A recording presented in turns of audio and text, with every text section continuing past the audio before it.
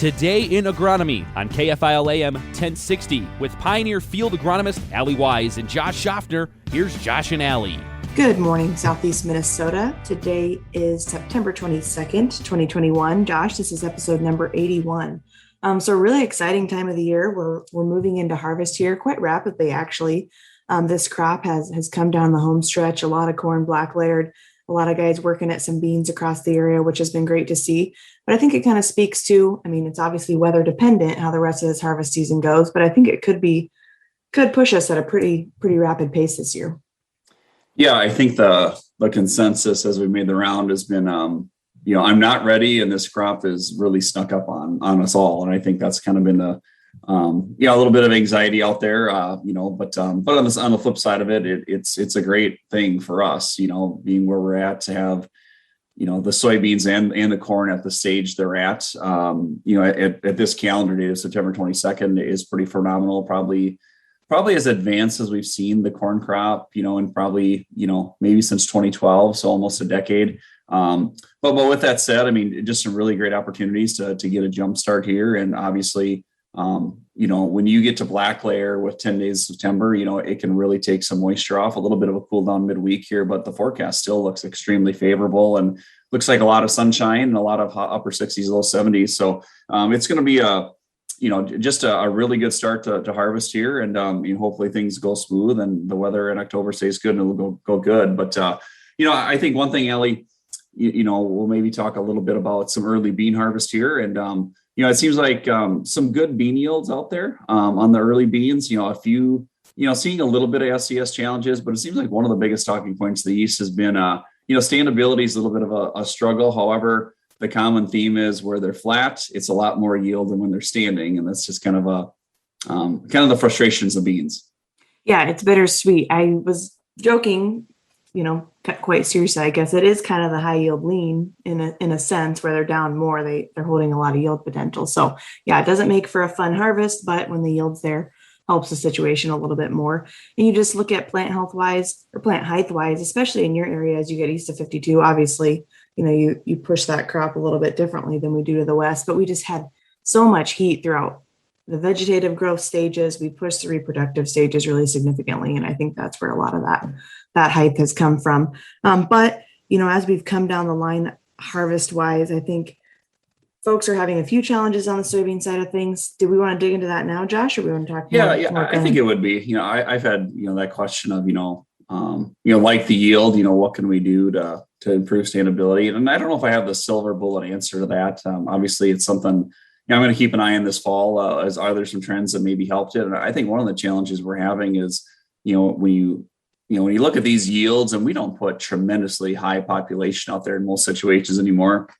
But I think when you take a plant, putting that much yield on, and some of it's just a pure weight, right? There's just that many pods and that many beans hanging on there. But you also look at the stresses of a plant, from just trying to push that much energy into that big a yield. I think there's a combination there. There's some things we see, that bring plant height down from reduced tillage and some herbicide programs. But, we'll have to take a hard look at it and hopefully, keep bringing new varieties that can manage that better. But, obviously something we got our eyes and ears on. Allie and I are doing a lot of product evaluations on kind of our, life cycle role this week. And, we'll be looking at all that stuff and seeing if there's some new things that we can, pair that yield with better standability and agronomics. But either way, just exciting to see these kind of bean yields and kind of excited to get into the mid group and late group ones to see if, some of these high yield trends continue.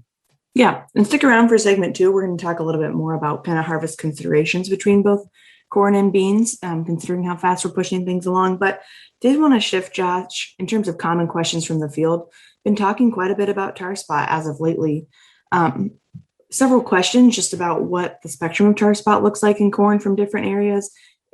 Do we expect it to be yield limiting? Is it scattered enough that it's come into play just late enough that we don't expect it to cause concern? I'll start with just my observations as we get, say, west of 63 or west of 60 or west of 52. I definitely have very scattered symptomology.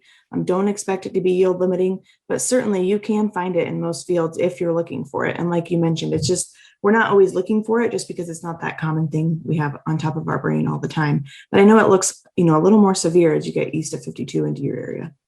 Yeah, I'm going to say compared to last year, and last year we found some. I found maybe just a couple of fields that had quite a bit that caught your attention. This year, a lot easier to find, much more widespread, and this year we are going to have some isolated situations, and that we're going to see some yield reduction from tar spot, maybe 15 to 25 bushel is probably the most severe I've seen so far.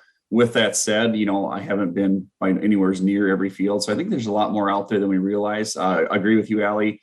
I think you can find in every field if you're looking for it. And in some situations, it's pretty pronounced. But if you saw some fields that shut down early, I'm not saying it's tar spot in every case, but definitely you see some of the change a little bit faster than normal. I definitely take out there and take a look to try to get a grasp of what's going on. Some cases, tar spot, Allie, on the other side, we're seeing some stock drought set in, and that's causing some isolated ghost plants, but also seeing some whole fields shut down kind of rapidly from that as well.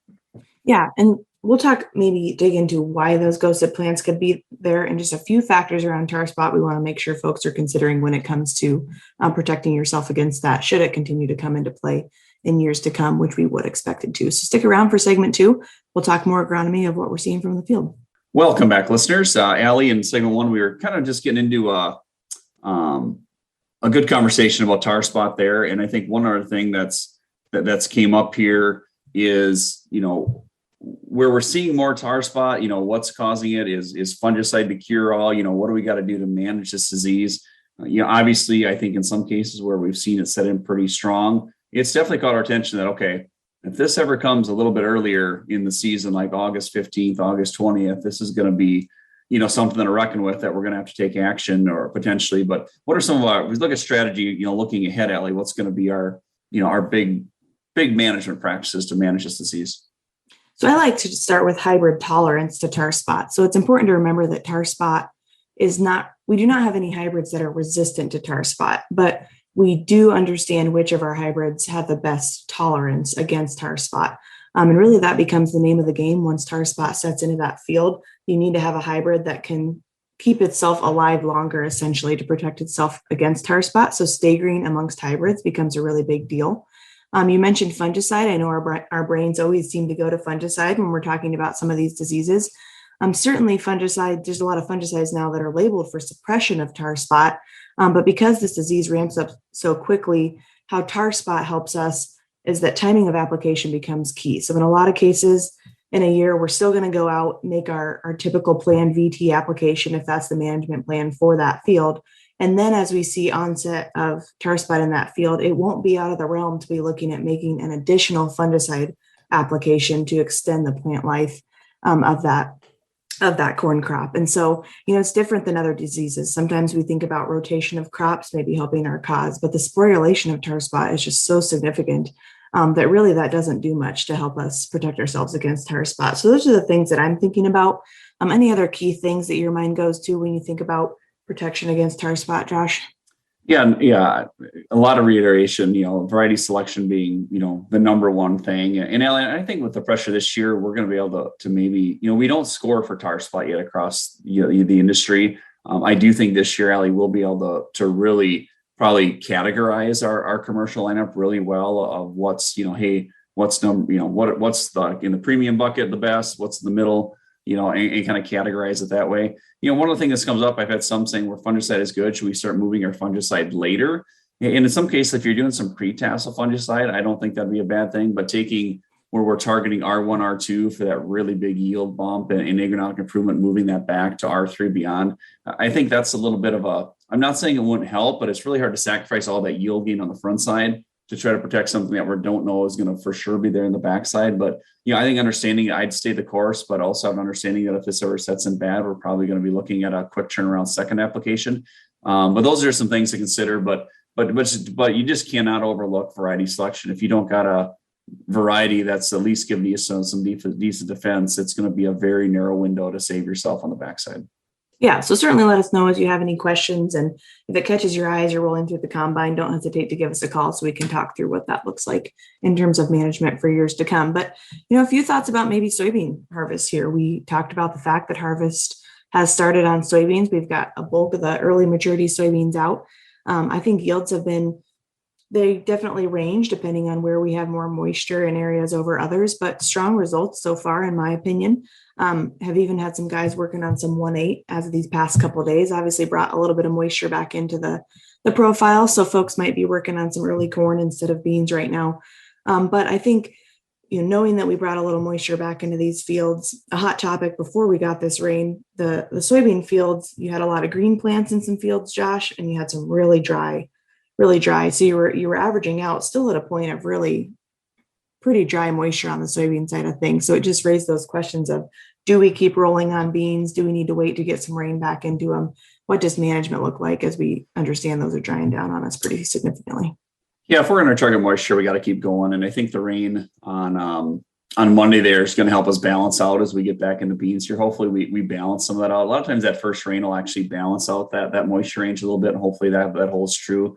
But I think the big thing here, as we get into the weekend here, a lot of the maturities up to probably late group 1 are going to get ready. And just a matter of, anytime the beans get ripe, we want to get them right away. If you go through more moisture wet cycles, after they've been ready the first time, we just lose yield. So just being after it.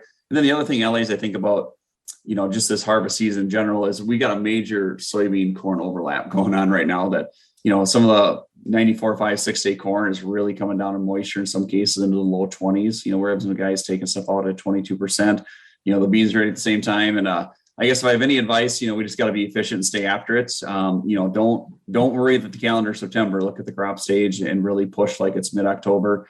But on the flip side, if we do get a 1/4 inch rain and beans can't go for a day, I think we're really going to have to switch over and take advantage of that day and go get some dry corn and get that out. Otherwise, my fear is that, I always say, don't look at the calendar and think about corn and stock quality. Look at the GDUs. We have mid to late October GDUs. And when you think about that, we probably got mid to late October stocks on the corn here in late September as well, where we got to think about that. But I think my biggest advice for Harvest Alley is we just got to take advantage every day. And it sucks switching out, but I think in some cases it's going to be the thing to do. Yep. Be prepared, ready to go, and be sure to reach out to us so we can help you understand maybe where we prioritize over others. We'll be back next week with more commentary from the field as harvest progresses across Southeast Minnesota. You've been listening to Today in Agronomy on KFIL AM 1060. If you've missed part of the show or want to hear more, check out the show page at KFILradio.com or with the 103.1 KFIL app. Stay connected with Allie and Josh on Twitter. It's at Allie GYs, WISE, and at Josh Schaffner to submit your questions for the show. Tune in next Wednesday for the next Today in Agronomy on KFIL AM 1060.